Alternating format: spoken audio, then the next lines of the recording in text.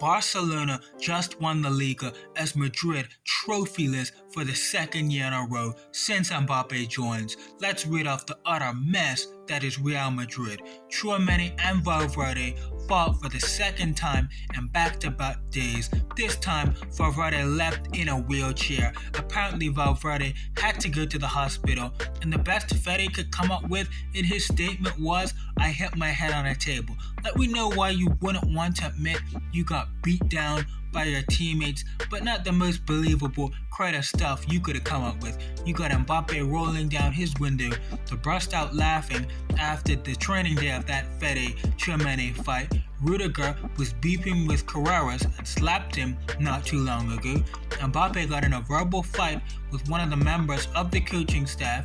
You got Mbappe allegedly faking an injury to go on vacation with his girlfriend. A petition to get Mbappe out of the club has 70 million plus signatures.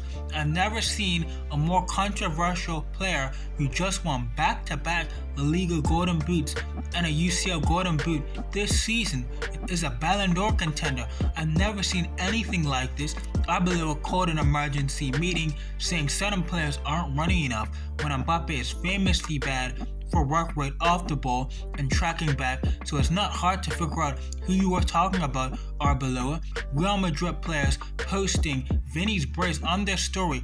Why are they so reluctant to do that for Mbappe? Are they choosing Vini over Mbappe? Fabrizio Romano thinks there's less than a 5% chance Arbeloa is Madrid coach for next season. He's about to very likely be fired. Madrid are considering bringing in Deschamps, yes, Didier Deschamps, from the French national team when the Mbappe dictator memes were literally already to 1,000. But I'm here for them to go to 10,000 because the storylines, the drama, I'm here for with this club. Another big name, Jose Mourinho, another big name obviously also in the running for coach. But it's like the mix of egos, personal dislikes, and fights in this club is ridiculous to manage. Like Valverde apparently suffered memory loss and a traumatic brain injury. Like, how hard did Tchouaméni hit that man? Even when you went out of the Champions League, you couldn't lose without some controversy and drama because the tie with Bayern was tied. It looked like it could go either way, genuinely 50-50. And then Camavinga, after a completely regular challenge from Cama, but he decides for no reason, decides to time waste and get a second yellow red. I don't know what the ref was doing there, and I don't know what Cama was doing there, risking something like that to troll, because he screwed the hell out of his team. And once it was 10 vs 11, Madrid just couldn't cope with that disadvantage. When 11v11, it was anyone's tie, it really was. But back to the Fede Tchouaméni fight. Fede was the Madrid captain, but after his involvement in this fight, Real Madrid are considering either a squad vote to elect the team captain or the club directly choosing who is captain. The club is seriously thinking of changing the seniority rule according to Madrid Zone. What if Mbappe, this is what I'm thinking, what if Kylian Mbappe, he already gave him the number 10 shirt, the dictator memes are already crazy. What if Kylian Mbappe, like for France, when he became France captain, all that controversy around how Griezmann wanted to be the captain, and he not too long after retired from France. What if Mbappe became Real Madrid captain? The dictator memes would just go to a million at that point. Let's read a quote from Toni Kroos. Luis Enrique subbed out Ousmane Dembele, his best player, in the 65th minute of a UCL semi-final, and nobody complained. That shows the respect the players have towards the coach. Is that a shot at what Vini did with Alonso when he started threatening to leave the club because he got subbed off early in that first El Clasico in the season?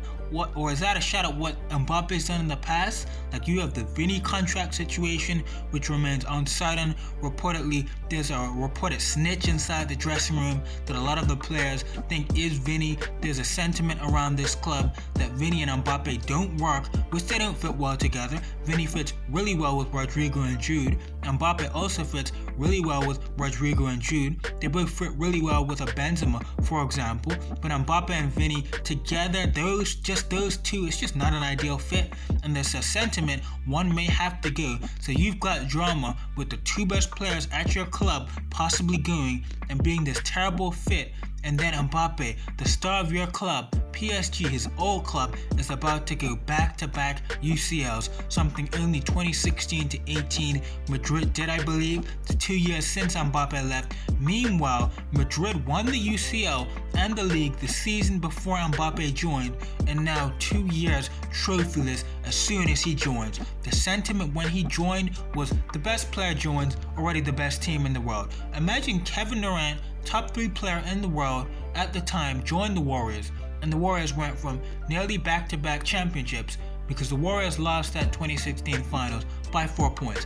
What if they went from back-to-back chips to back-to-back second round exits with Kevin Durant, but then OKC won back-to-back championships without Kevin Durant as soon as he leaves? That's basically what happened. That's how crazy what we're talking about is. Mbappe's childhood dream club happened to be his worst fit when they had someone off the left in his position already, and Barcelona, Arsenal, Bayern, Liverpool, City with Haaland, those would have been all great fits. It was a million better fits. It just happened so ironically that Mbappe's childhood dream club was the worst fit, and also Mbappe started scoring hat-tricks for that team, Madrid, and they'll lose the game. He won back-to-back La Liga Golden Boots, a UCL Golden Boot, and his teammates get dumb red cards to scrim out of the UCL, or will just concede 4 in an El Clasico when he gets a hat-trick. Like Madrid won 5 games in a row without Mbappe very recently and lost like 3-4 in a row